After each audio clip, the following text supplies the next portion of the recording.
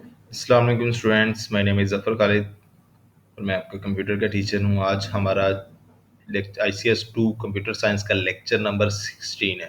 Lecture number 15 में हमने new chapter start किया था, chapter number 10 input output devices, और उसमें हमने डिस्कस किया था फॉर्मेट स्पेसिफायर क्या होते हैं, प्रिंट एफ फंक्शन किस तरह वर्क कर रहा होता है। और आज हम स्टार्ट करेंगे फील्ड विद स्पेसिफायर क्या होते हैं।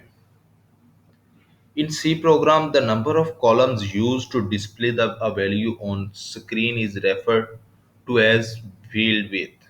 Field width specifier describe the number of columns that should be used to print a value. कि एक वैल्यू कितने नंबर्स ऑफ कॉलम्स पे हमारे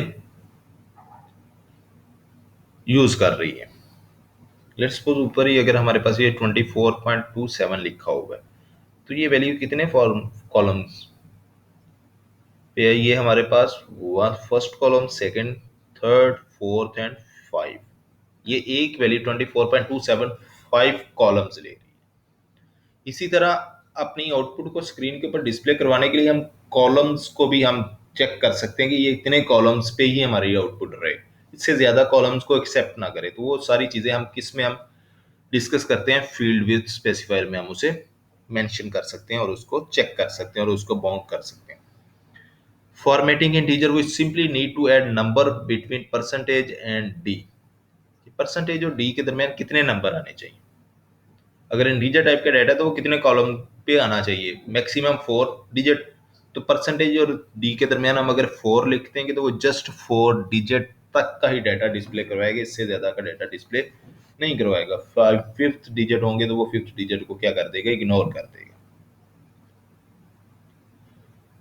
और अगर हमारे पास 4 से कम है, वो डिजिट हमारे पास जस्ट आ रहा है 2 का, हमने ऊपर 4 कॉलम उसके लिए स्पेसिफाई किए, तो फर्स्ट 2 कॉलम्स को वो स्पेस के लिए छोड़ देगा और नेक्स्ट 2 कॉलम को वो के ऊपर वो डाटा हमारा डिस्प्ले करवा देगा।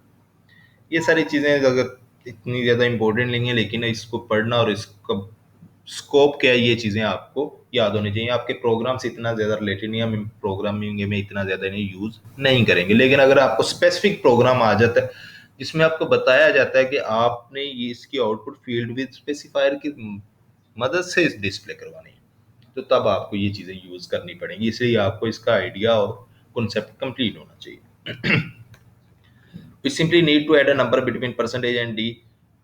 Format specifier in printf format string, the number specify the field with the number of the column is used to display to the value. Printf statement, let's suppose area percentage 4d, हमने कितने column इसके लिए रखे हैं, 4। और area, अगर area की value 25 है तो ये फर्स्ट 25 तो उसके कॉलम एक्सेप्ट कर रही है, लेकिन ये फर्स्ट 2 कॉलम उसने स्पेस के लिए छोड़ दी हैं, इन्हें blank space they the. Here represent the blank spaces. The spaces will not be displayed as a printed character in actual output. In this way, the value of 25, which required 2 spaces to be displayed, will occupy 4 spaces column on the screen. The reason is that the format specifier of the area percentage 4d allows the spaces of 4 digits to be printed. Because the value of area is 25, therefore its 2 digits are right justify preceded by the 2 blank spaces। और यहाँ पे इसने format specifiers बताए हैं, output कितनी gate करेगा वो। Let's suppose value हमारे पास 786 है, परसेंटेज 4d तो सिंगल स्पेस इसके साथ आएगी। और वैल्यू 786 है, परसेंटेज 4d तो फुल फुल साइन भी वो एक कॉलम उसका भी बताना पड़ेगा हमें। इसके अलावा 5d है 2 स्पेसिस, यहाँ पे अगर 5d दिया है तो 1 स्पेसिस, क्योंकि इसके 4 कॉलम्स हैं। सिंपल यही बातें हैं। फॉर्मेट ऑफ इंटीजर टाइप की ये फॉर्मेटिंग थी, और इस तरह फ्लोटिंग टाइप की फॉर्मेटिंग हम किस तरह कर सकते हैं। Floating point numbers, the format specification of floating point number, we must indicate both total field width needed a number of decimal place desired. और इसके डेसिमल प्लेस की भी इंक्लूड होता है। एक स्पेस में डेसिमल पॉइंट के बाद कितने नंबर आएंगे ये भी हम स्पेसिफाई करते हैं। डेसिमल पॉइंट से पहले कितने नंबर हों, कॉलम लेने चाहिए उसे, डेसिमल पॉइंट के बाद कितने कॉलम लेंगे, ये सारी चीजें हम उसमें बताते हैं। और इसको फ्लोटिंग पॉइंट फॉर्मेट को हम परसेंटेज और के दरमियान नंबर देते हैं, एक फ्लोट टाइप का नंबर। ठीक है, जैसे कि उसने यहाँ पे डिस्प्ले कराया 6.2 ठीक है, तो परसेंटेज इसने यहाँ पे नहीं लगाया, ये इसका प्रॉब्लम है, मिस प्रिंटिंग हुई है, यहाँ पे परसेंटेज भी यूज होगा। एम जो है हमारा वो परसेंटेज जो के बाद वाला जो डिजिट है, पॉइंट से पहले वाला, वो हमारा डाटा लेगा पॉइंट से पहले पहले वाला, और एन डिस्क्राइब करेगा पॉइंट के बाद कितने उसने कॉलम्स एक्सेप्ट करने हैं। जैसे कि एग्जांपल देखें, -2 5.41 है, परसेंटेज 6.2 लिखा है हमने, तो ये डिस्प्लेड आउटपुट -2 5.41 ही होगी।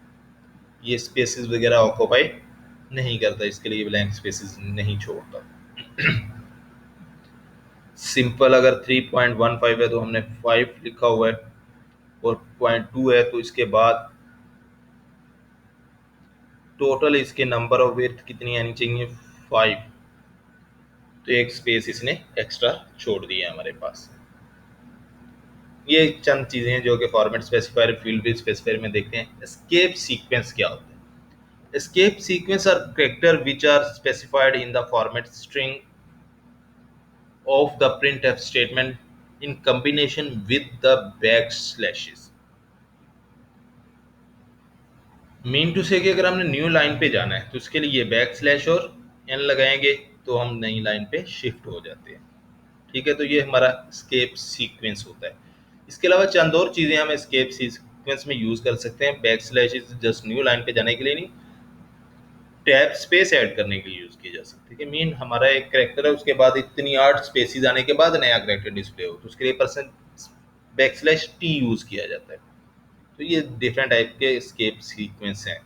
लेट्स सपोज ऊपर वाले एक अगर एग्जांपल को देखा जाए तो print F name slash T, मतलब टैब स्पेस है, उसके बाद फिर स्लैश टी मतलब डबल टैब स्पेस चाहिए इसे, उसके बाद रोल नंबर है, और फिर डबल टैब स्पेस के बाद मार्क्स।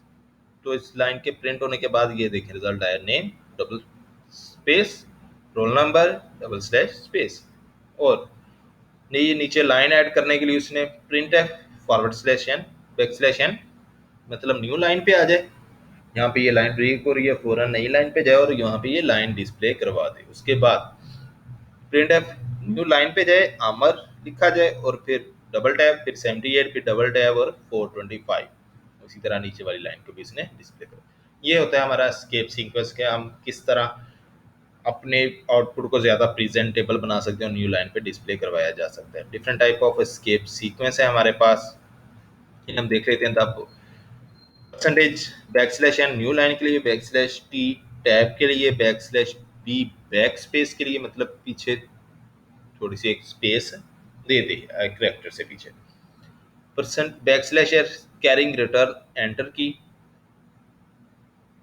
तब ये रिटर्न होगी जब तक एंटर की हम प्रेस नहीं करेंगे।